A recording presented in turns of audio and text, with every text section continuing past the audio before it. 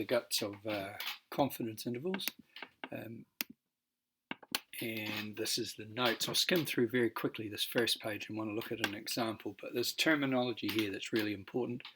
We're dealing with a thing called sample error. Some error doesn't mean a mistake, it's just, and I might just throw the word in there, it's an unnatural thing that happens. If you take a sample, you're always going to get changes. If you take a new sample, the bigger the sample, the closer you get to the real thing. That sort of principle applies here. So it's natural sample variation. That's what we're dealing with. Bit of language, and we've used it in the previous internal this year. So MOE stands for margin of error, not Ministry of Education. It's something we add or subtract from a result, and we hopefully want to include the true value. N as a symbol stands for the number of people asked or surveyed in the poll, or the survey, same thing.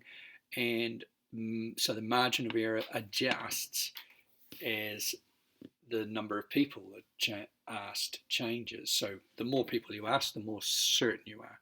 Confidence interval, and again we used this in the previous internal this year when we were looking at our forecast, but it's a range of numbers, and we start from the percentage that we got from the survey and we plus and minus the margin of error. So it gives us an interval.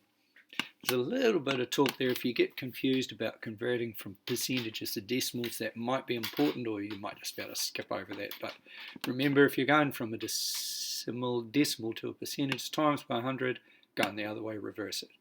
Now, this is probably the key thing I want to go over. So we use a thing called the rule of thumb. There's other ways to calculate a margin of error, but in this course, that's what we do. This is its notation, which looks a little bit annoying initially, but you'll get used to it. And so we've got sort of 5 steps that I've put here, and I'll go through the 5 steps for this example. The poll is done for the preferred Prime Minister by Colmar Brunton. They usually ask around 1,000 people. Jacinda Ardern gets 43% in the poll. Can we be certain she has more than 40% in the whole population? So the 43% is just from the poll. So key pieces of information. Step 1, identify the percentage. Well, that's it there. Okay. How many people have been asked is step 2. Those are sort of the building blocks, if you like, of the whole margin of error confidence interval thing. So we need those 2 numbers. So they are foundational. We'll give them a nice blue colour because they're important. Okay, so we got them.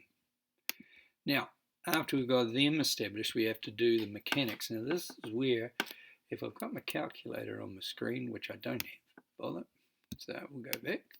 If I can get my calculator up now, depending on whether you've got, most of you are Apple people, so to get that 3.2, there's a little bit of, if I've got a regular calculator, I just go 1 divided by the square root of 1,000 and times it by 100. If I'm on an iPhone, I do this. I go 1 divided by, and then I put in the 1,000.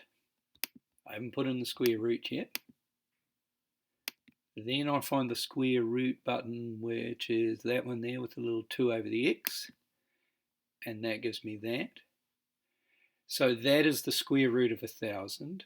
I would go equals now, and now I've got the decimal version. So that, well, that is 1 divided by it, so it's done everything except the times by 100. So then I times by 100, and that just converts that from a decimal to a percentage. So 3.12, which I rounded to 3.2. 1 decimal place is sort of considered enough. And then, so I go back to my 2 building blocks. So 43% plus or minus 3.2. What do I get? Well, if I go 43 minus 3.2, I get 39.8. And if I get plus it, I get 46.2. So can we be sure, can we be certain that more than 40% support Jacinda Ardern in the whole population? And the answer is no, not quite. No, we cannot be sure, as she has over 40% support in the population as the confidence interval just drops slightly below 40%. It is possible the true support for her in the population is as low as 39.8%.